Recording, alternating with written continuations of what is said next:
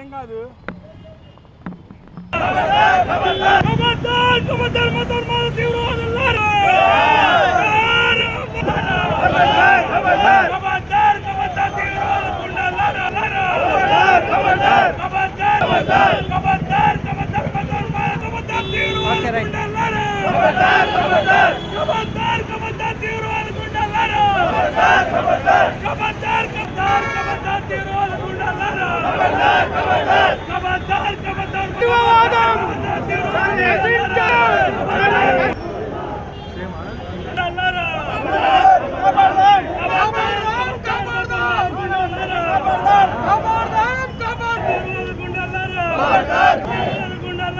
Justice! We want justice! We want justice! We want justice! We want justice!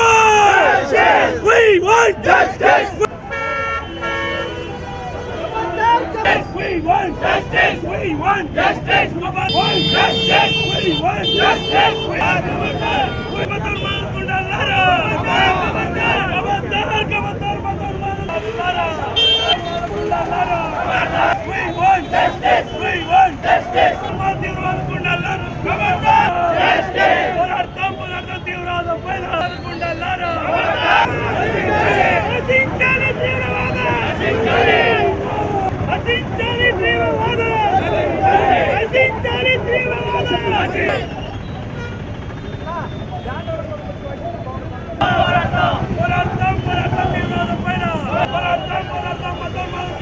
ఏదైతే పహల్గామ్లో నిన్న జరిగిన తీవ్రవాదుల దాడిలో 28 మంది మరణించడం దురదృష్టకరము. అయితే ఈ యొక్క దాడులకి ప్రతీకారం ఖచ్చితంగా భారతదేశం తరపున మనం తీర్చుకోవాల్సిందే. అదేవిధంగా దేశంలో మరొకసారి ఇలాంటి ఘటన పునరావృతం అవ్వకుండా చూడాల్సిన బాధ్యత కూడా కేంద్ర ప్రభుత్వం మీద కూడా ఉంది. అదేవిధంగా మనం చూస్తూ ఉన్నాము, గత కొన్నేళ్ళలో పుల్వామాలో దాడుల్లో సైనికులు చనిపోతే 100 కిలోల ఆర్డీఎక్స్ అక్కడ దొరికింది.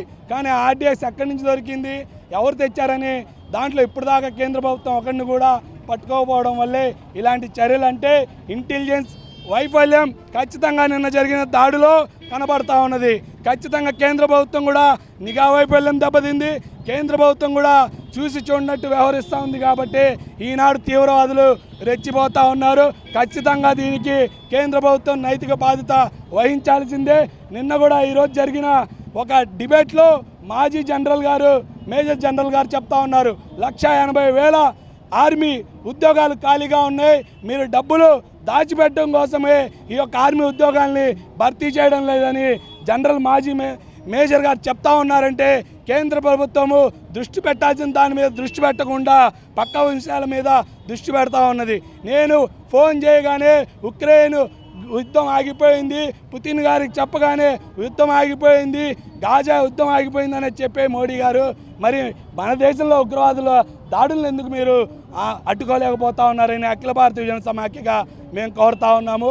ఆ యొక్క మృతులకి అఖిల భారతీయ జన సమాఖ్య జిల్లా సమితి నుంచి పూర్తి ప్రగాఢ సానుభూతిని తెలియజేస్తా ఉన్నాము. షేక్ వలీ ఏఐవైఎఫ్ గుంటూరు జిల్లా ప్రధాన కార్యదర్శి.